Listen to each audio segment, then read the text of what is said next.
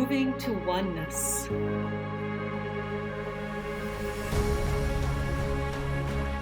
Nourishing curiosity. Embracing differences. Becoming one.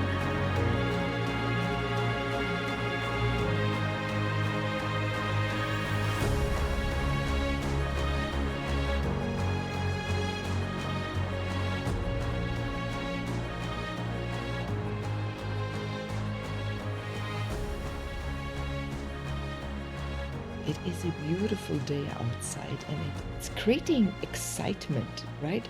There is a gentle breeze, the sun is bringing warmth to everything and everyone. The sky is blue, the birds are chirping, and they're celebrating already. The energy of movement is felt, and I hope you feel it too. And yes, it is the energy of welcoming summer. 1st of May is just around the corner. So let's explore what the energies of that bring for us today. Hello, everyone. I'm Meilin Ehlke, your host of the Moving to Oneness podcast. Yes, everything is growing, and you may feel that as well, that you're moving into action. You're bringing out into the world things you have been contemplating about over winter, early spring, and you'll notice that your body makes you move and do things. I think many of us are noticing that around the world, that we don't feel so stagnant anymore, right? And you can see it in the light when you look outside. It's brighter, so there's more purity in there. We are able to connect easier to our own truth. We becoming more purity, right? There's this density on this world is diminishing even more. The wind just blows it away, especially in this heaviness. And many of you are doing such a beautiful work and shining your light, and I think it is felt. And that is something to celebrate. And with 1st of May coming this week, why not? Right? The Celtics, for them, it is the day when they greeted summer. It's halfway between spring and summer solstice, and it was celebrated, danced. You had fires, right? Like we everywhere to celebrate right into the night. It had symbolic ways, right, for to get fertile, yeah, so we can have children. And if you think about it, many animals, and also once upon a time more women, we were in a rhythm so that the children would come beginning of the year, yeah. But also it was there, so if you went through the fires, not that you had to go over it, but jump over it, and to show how strong you are, right? So the girls look at the boys. But it also had a way to kill off, in the way, the plagues, the epidemics, rabies, right? That's why it was also celebrated for a long time, with moving through the fires, the heat, maybe a little bit like the northerners, they have the saunas. And yeah, so where are you going into warmth so you can be healthy? Maybe you also like to go to the sauna or sit in the sun and get replenished and feel the energy growing within your body, your liveliness. You can feel the tingle of your cells, right? To boost your immune system. We can talk about vitamin D and all these things. But being in nature, also being in community together and celebrating, I think that also is an immune booster. If you look at that. Yeah, the dancing. So it's also May of 1st. We dance into the May of 1st here in Germany. I think many other countries as well, to celebrate May. Many areas, they go into the woods and they get a birch tree, a young one, and put it up in the center of the village and decorate it a bit, and then you dance around it. Again, the young people dance and celebrate.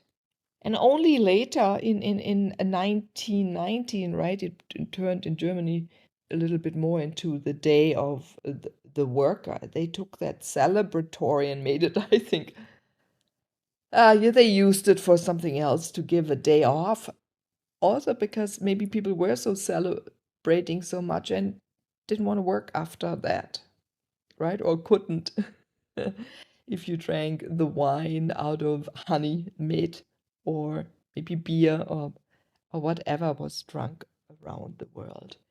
So, yeah, do you really celebrate and dance long enough into the night under the stars? That's another question, right? Too often we get to, I think in my generation, I'm now in end of the 50s, so many people don't dance anymore. It's sad.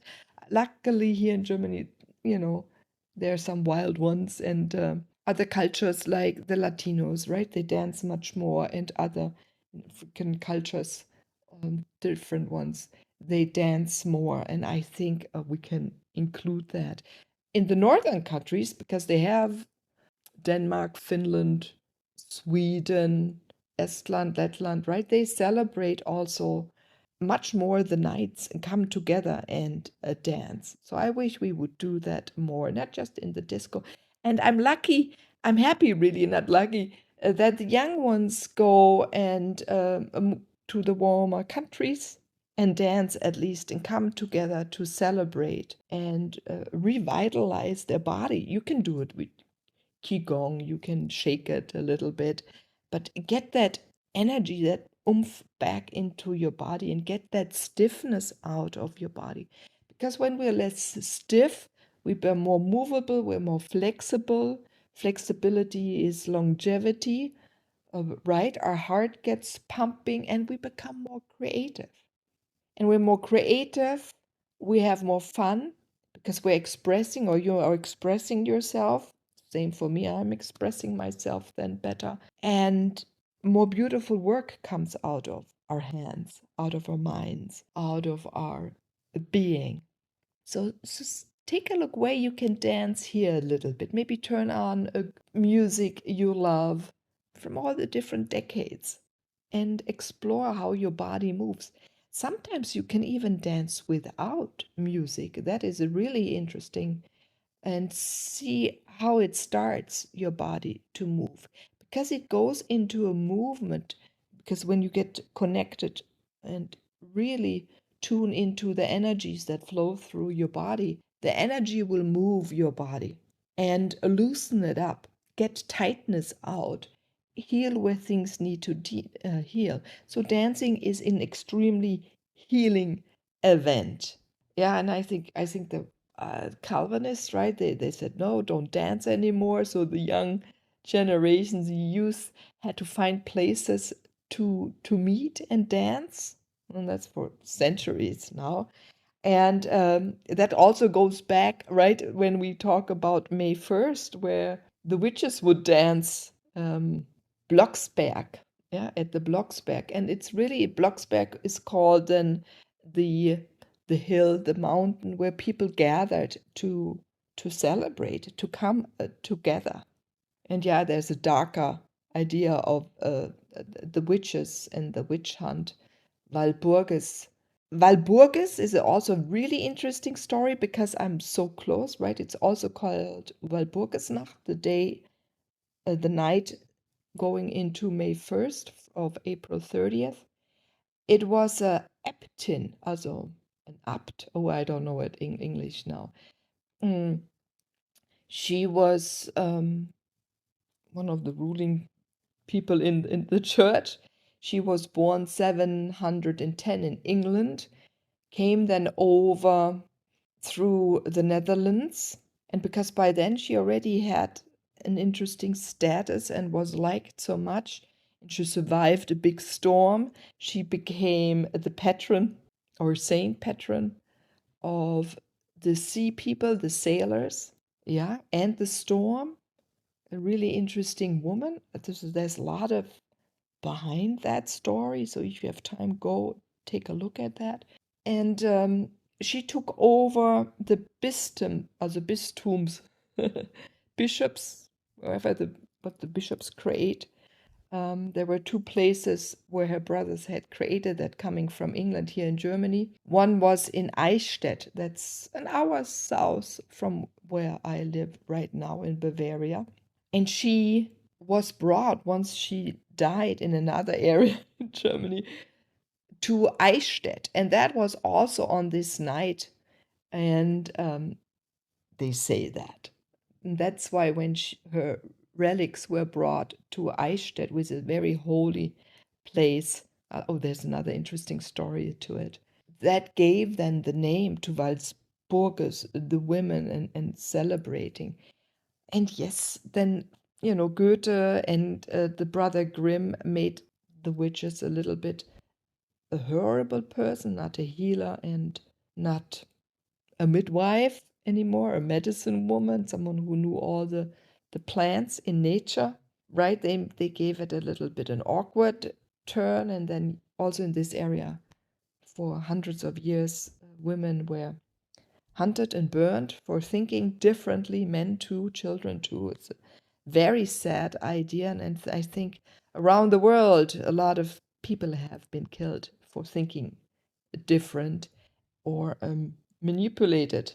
And not manipulated, yes, also, but also, limbs cut off.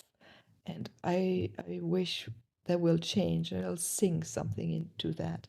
Yeah, but again, look at that brightness of what can be and the fruition of that day. I think that is something to concentrate on for when we move forward now, because we do have the strength when we express ourselves to bring lightness, to bring happiness, to bring the way of treating other people with respect, people out of other cultures. This shows so much, right? This day. So it's not just the day of the worker as it is now. There is so much more. And maybe it's an invitation this week to look into many things more deeply.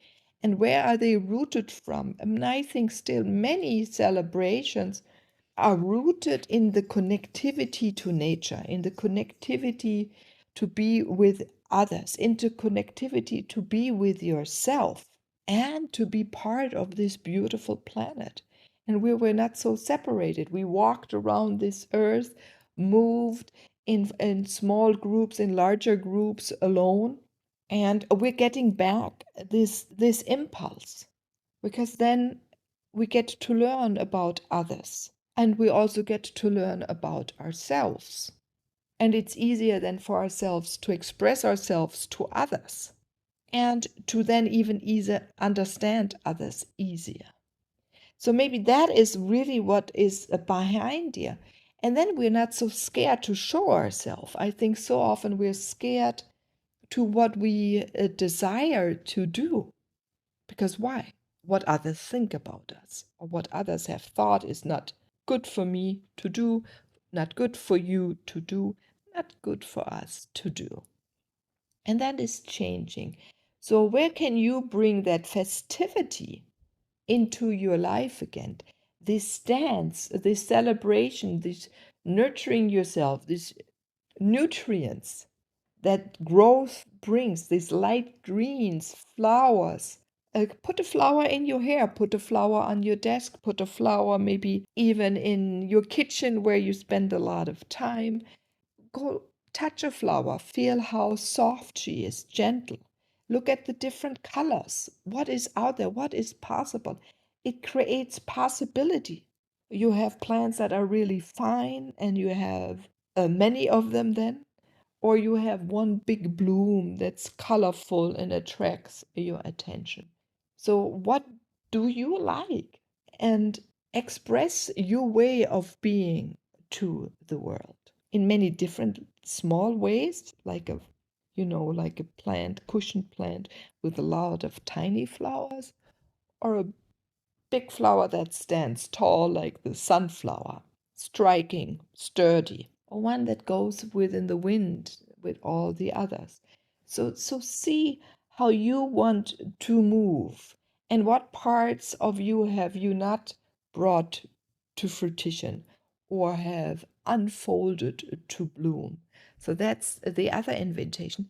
And again, do it together with others. And maybe in the middle of the week is April 30th. Use that day to dance, or maybe always the middle of the week. Dance and celebrate something. Celebrate yourself, what you're doing. Your children, are we celebrating enough our children, what they're doing?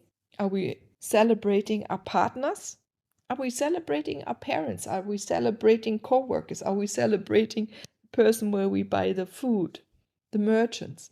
This is really something I wish for, that we see each other. Oh, now comes to mind my beautiful friend Tatjana brought out a new song where she shows that with her partner. They made a video where they sing about I see you. So I see you. Do you see me? Who else do you see? And do you see deep inside into a person? Do you see deep inside into yourself, into your pet, into the insect that is flying around? We were speaking about the birds. Do you see the birds? Do you hear them? Do you acknowledge them? Do you create for the insects flowers in your garden so they can eat? You provide food with your garden for the birds, for the insects, the worms, right? The plentifulness is to be coming back, I would say. The diversity that we acknowledge, every tiny things, the bacteria, the mushroom, the fire just came back into my head. How beautiful. Light a candle to celebrate. It's just a beautiful act. Maybe on your altar, on your table, or you make a fire outside and just watch it. It calms you, brings new ideas to your mind. Let it burn away energy that you don't desire anymore. Oh, there you can also use salt bath or salt scrub or a little salt water in a shot glass, right?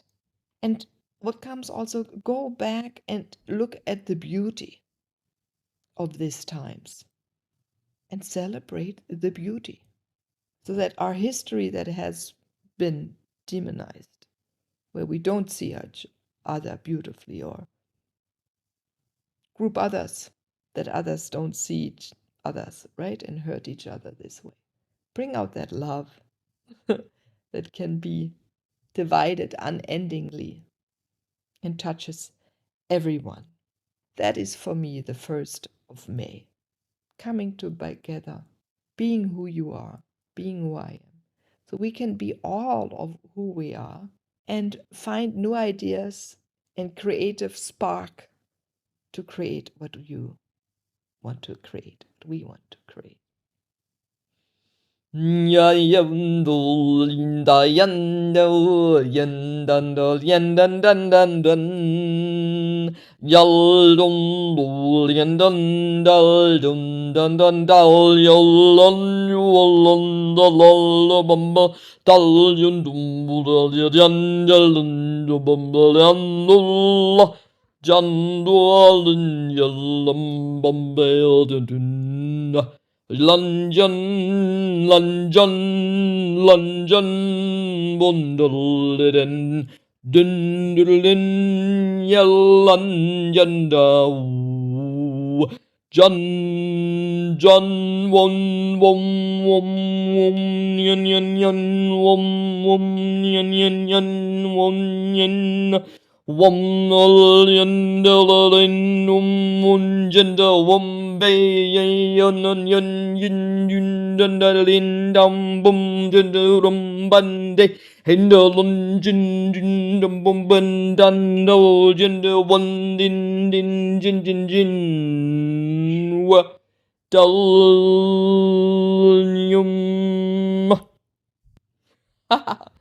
celebration, dissolving what needs to be dissolved around the world or solved.